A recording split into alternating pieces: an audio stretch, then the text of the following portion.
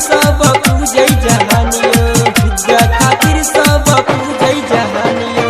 DJ Chandrashekhar पंडित त्रिपुरास चौक, DJ Chandrashekhar पंडित त्रिपुरास चौक, जय मां काली recording studio फुलपड़ा चौक से।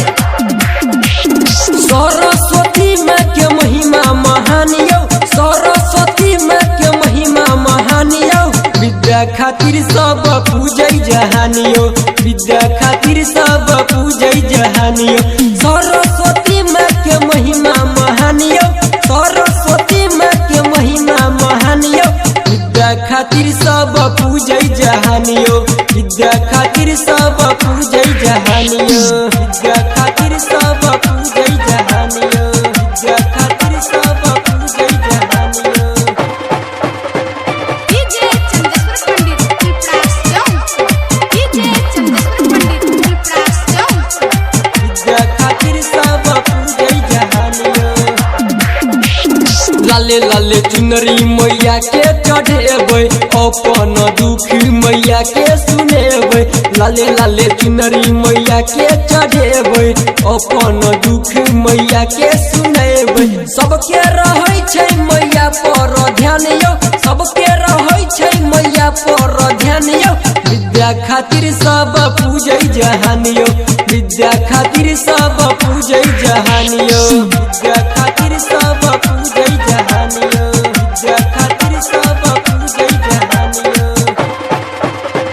डीजे चंद्रशेखर पंडित त्रिपुरास चौक, डीजे चंद्रशेखर पंडित त्रिपुरास चौक, विद्या खातिर सब पूजै जहानियो। शारदे मैया के सब नाम जपै छै, पंडित बोला के सब पाठ करै छै, शारदे मैया के सब नाम जपै छै, पंडित बोला के सब पाठ करै छै।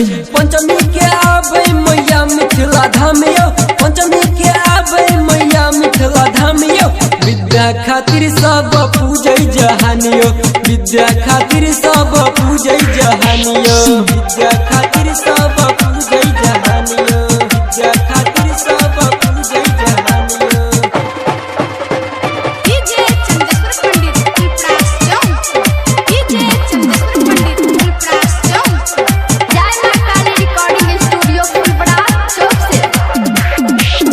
शारदे मैया के राइटर मदन पुजारी, रहरिया राम बालक एलै माँ के दुआरी, शारदे मैया के राइटर मदन पुजारी, रहरिया राम बालक एलै माँ के दुआरी। भुवन जितेंद्र करै गुणगानिया, डीजे चंद्रेश्वर करै गुणगानिया, विद्या खातिर सब पूजै जहानियो, विद्या खातिर सब पूजै जहानियो। सरस्वती माँ के महिमा महानियो, सरस्वती माँ के महिमा महानियो, विद्या खातिर सब पूजै जहानियो, विद्या खातिर सब पूजै जहानियो, विद्या खातिर सब पूजै जहानियो।